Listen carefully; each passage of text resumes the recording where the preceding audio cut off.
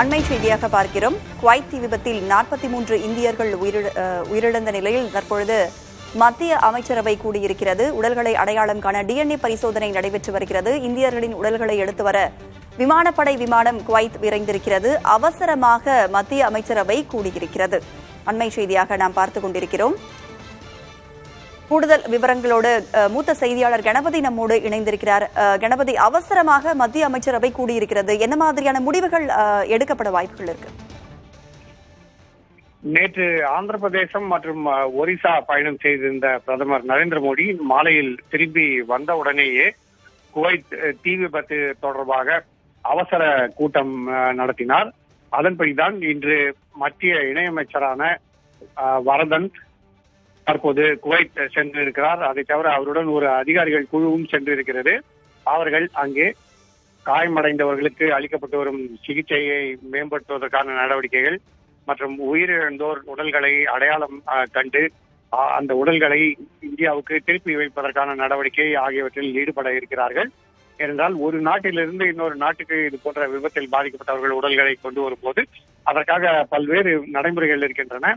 அதையெல்லாம் விரைவாக செய்ய வேண்டும் என்பதற்காகத்தான் இந்த குழு அனுப்பப்பட்டிருக்கிறது. ஆனால் அவர்களுக்கு ஒரு முக்கிய பிரச்சனை வந்திருக்கிறது.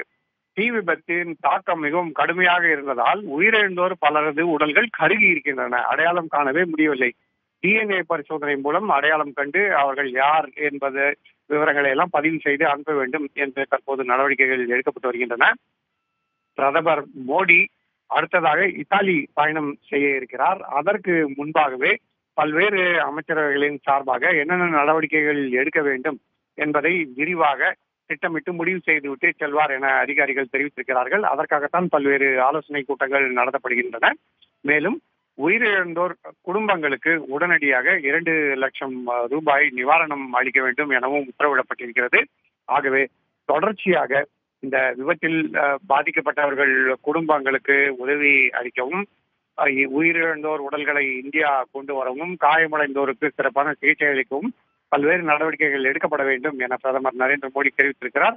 அதற்கான திட்டமிடல் மற்றும் தேவையான ஏற்பாடுகள் தான் தற்போது செய்யப்பட்டுக் கொண்டிருக்கின்றன. இந்த விபத்திலே பாதிக்கப்பட்டவர்களிலே பெரும்பாலோர் தமிழ்நாடு மற்றும் கேரளா மாநிலங்களைச் சேர்ந்தவர்கள் என்பது குறிப்பிடத்தக்கது. குவைத் தீ விபத்தில் இந்தியர்கள் உயிரிழந்த சம்பவம் தொடர்பாக மத்திய அமைச்சரவை அவசரமாக கூடியிருக்கிறது.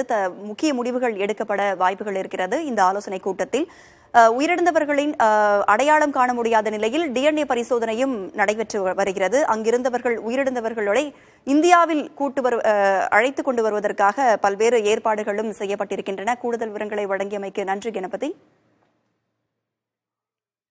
குவைத் தீ விபத்தில் 5 தமிழர்கள் உயிரிழந்திருக்கிறார்கள் என்ற தகவல் கிடைத்துள்ளதாக அமைச்சர் செஞ்சி மஸ்தான் தெரிவித்திருக்கிறார். புதிய தலைமுறைக்கு அவர் அளித்த பேட்டியை தற்பொழுது பார்க்கலாம். அந்த தமிழ்நாட்டை சேர்ந்த 5 நபர்கள் இறந்துள்ள செய்தி தமிழ் சங்கங்கள் மூலமாக தான் எங்களுக்கு கிடைக்கப்பட்டுள்ளது. அவர்கள் பெயர்கள் அவர்கள் உச்சரித்திருக்கிறார்கள். 5 பேர் ராம கருப்பன் என்றும், வீராசாமி மாரியப்பன் என்றும், சின்னதுரை கிருஷ்ணமூர்த்தி என்றும், முகமது ஷரீப் என்றும், முனலாப் ரிச்சார்ட் ராய் என்றும் அவர்கள் சொல்லியுள்ளார்கள். அதில் ஒரு குறிப்பு சொல்லியிருக்கார்கள். பேராவூரணியை சார்ந்தவர் ஒருவர், புதுவையை சார்ந்த ஒருவராக இருக்கலாம் என்று செய்தி. இன்னும் அதிகாரப்பூர்வமாக எங்களுக்கு தூதரங்கத்தின் மூலமாக அந்த செய்தி வராத காரணத்தினால் நாங்களும் அந்த அதிகாரப்பூர்வமாக செய்தி வெளியிடுவதற்காக தயக்கத்தோடு இருக்கிறோம். அந்த செய்திகள் வந்தவுடன் உடனுக்குடன் அது தெரிவிக்கப்பட்டு அதுக்குண்டான உதவிகள் மேற்கொள்ளுகின்ற நடவடிக்கை தமிழக அரசு எடுக்கும். தீ விபத்தில் 5 தமிழர்கள் உயிரிழந்திருக்கிறார்கள். குவைத் தீ விபத்தில் 5 தமிழர்கள் உயிரிழந்திருக்கிறார்கள் என்ற தகவல் கிடைத்திருப்பதாக அமைச்சர் செஞ்சி மஸ்தான் கூறியிருக்கிறார். அதனைத் தொடர்ந்து இன்று முதலமைச்சர் மு.க. ஸ்டாலினும் அவர் சந்திக்க உள்ளார்.